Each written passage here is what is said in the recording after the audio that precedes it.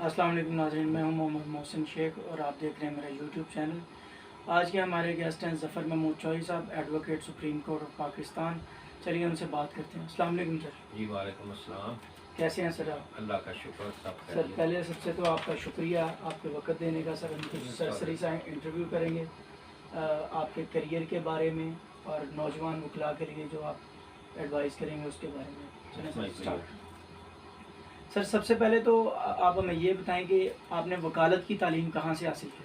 University of Punjab سے میں نے گریجویشن کرنے کے بعد ادھر سے ہی میں نے LLB کیا تھا، اور اس LLB کرنے کے بعد پھر میں نے فوری طور پہ اس کو جوائن کر لیا تھا۔ سر عموماً اس طرح ہوتا ہے کہ آپ کسی نہ کسی سے متاثر ہوتے ہیں تو کوئی پروفیشن جوائن کرتے ہیں، تو سر آپ کس سے متاثر ہو کر اس پروفیشن میں؟ میرے وقت میں جناب جسٹس سابق جسٹس خالد رانجھا صاحب تھے، تو ان کے پاس مجھے آنے جانے کا موقع ملتا تھا۔ جسٹس خالد رانجھا صاحب کے علاوہ ایک اور جج صاحب تھے، وہ بھی ان کے بڑے، جو امیر عالم خان صاحب تھے۔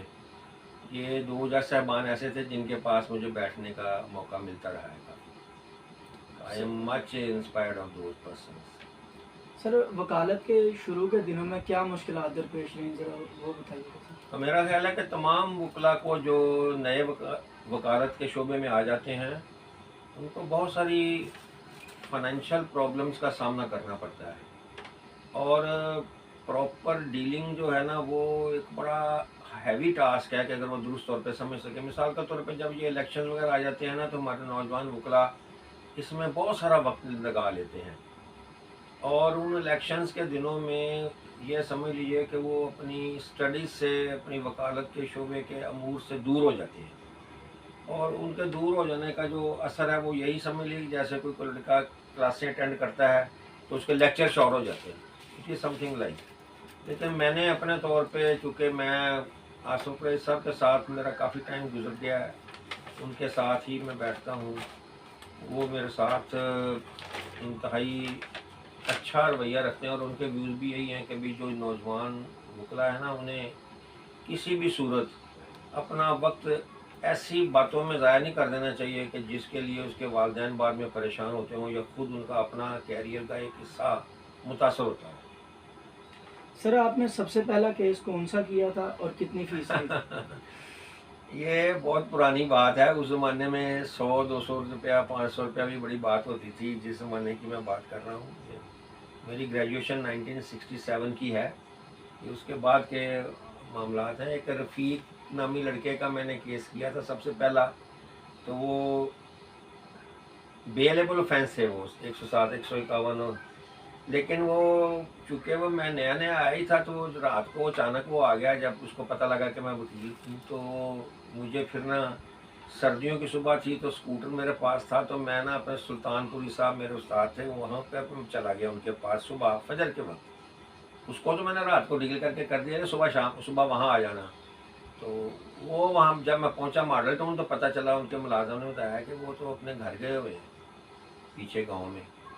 پھر میں اپنے بڑے بھائی صاحب چودھری اتحاد احمد مرحوم کے پاس چلا گیا، انہیں میں نے وہ لیبر کیسز کے بڑے ماہر وکیل تھے، اللہ جنت نصیب کرے، ویل نون پریکٹیشنر تھے لیبر لاز میں۔ ان کے پاس چلا گیا، انہوں نے مجھے سمجھایا کہ یہ تو ابھی بیلیبل آفینس ہے تو آپ عدالت میں۔ پھر بھی میں نے کہا نہیں، مجھے آپ کچھ لکھ کے دیں۔ انہوں نے مجھے کاغذ پہ نا ایک اپلیکیشن ٹائپ بنا دی، میں وہاں سے تھوڑا پریشان، تھوڑا گھبرایا ہوا، لیکن میں عدالت میں جب آ گیا تو میں نے پوز مائی سیلف کہ بھی میں کانفیڈنٹ ہوں۔ تو وہاں پر ایک ریڈر ہوتا تھا مقبول کینٹ کورٹس میں، اس نے مجھے کہا کہ جو صاحب یہ کام ابھی ہو جاتا ہے، مجھے کو خرچہ تو دے۔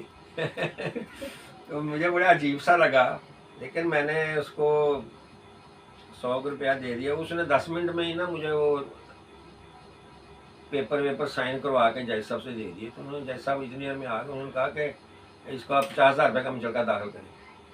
تو میں I was so confident by that way کہ بھی میں نے کلائنٹ کو تو نہیں پتہ ہونے دیا کہ بھی میں بیچ میں کچھ پریشان بھی تھا، لیکن مجھے اتنے اب جو صورتحال ہے کہ اللہ تبارک تعالیٰ کا بڑا کرم ہے، بڑا فضل ہے کہ بہت تگڑے بڑے اچھے ویل رپورٹڈ کیسز بھی چند ایک ہیں، لیکن وہ جو 200 روپیہ اس نے مجھے دیا تھا نا وہ مجھے آج تک یاد ہے، اور وہ میں لے کے بھاگا میں نا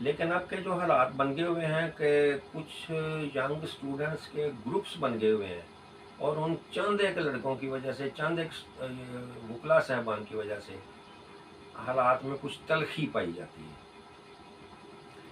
سر کچہری سے سپریم کورٹ کا سفر کیسے طے کیا، اس میں کیا مشکلات درپیش آئیں اور آپ نے اس کو کیسا محسوس کیا، یہ بتائیے۔ میں نے تھوڑا عرصہ اس میں کام کیا تھا کینٹ کورٹس میں، تو خواجہ شریف صاحب اللہ جنت نصیب کرے وہ اپنے کام کے لیے تشریف لاتے رہے ہیں ووٹنگ کے سلسلے میں۔ تو ایک دن جناب حکم قریشی صاحب مرحوم نے مجھے حکم فرمایا کہ تم یہاں بیٹھے ہو، یہ مناسب نہیں ہے، ادھر آؤ۔ ہمارے استاد ہوا کرتے تھے یہ لاء کالج میں، تو میں ان کے حکم کے مطابق پھر میں سیشن کورٹ میں آ گیا۔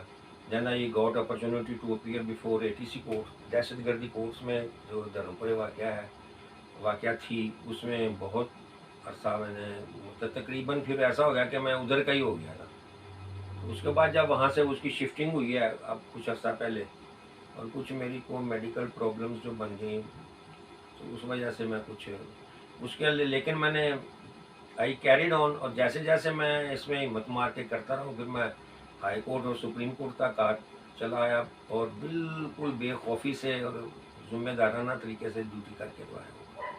سر دہشت گردی کی کورٹس میں کبھی کسی سے دھمکی ملی یا کوئی ایسا واقعہ سر؟ نہیں، آئی ڈونٹ تھنک سو۔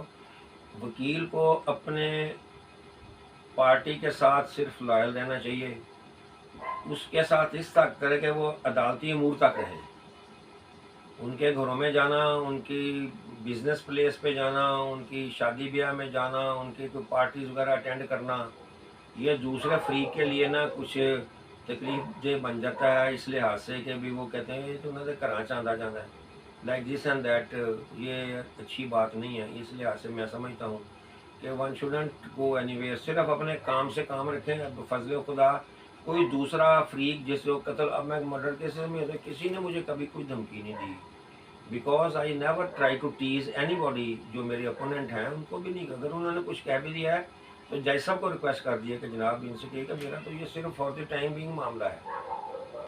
سر آپ کے کچھ شاگرد بتاتے ہیں کہ آپ ATC کورٹ میں رات کو 9-10 بجے تک کام کرتے ہیں، اس کے بارے میں بتائیے گا سر، کیا یہ اب ممکن ہے، اور آپ اس وقت کس طرح کام 10 بجے تک کرتے تھے، کیا سرکمسٹانسز تھے سر؟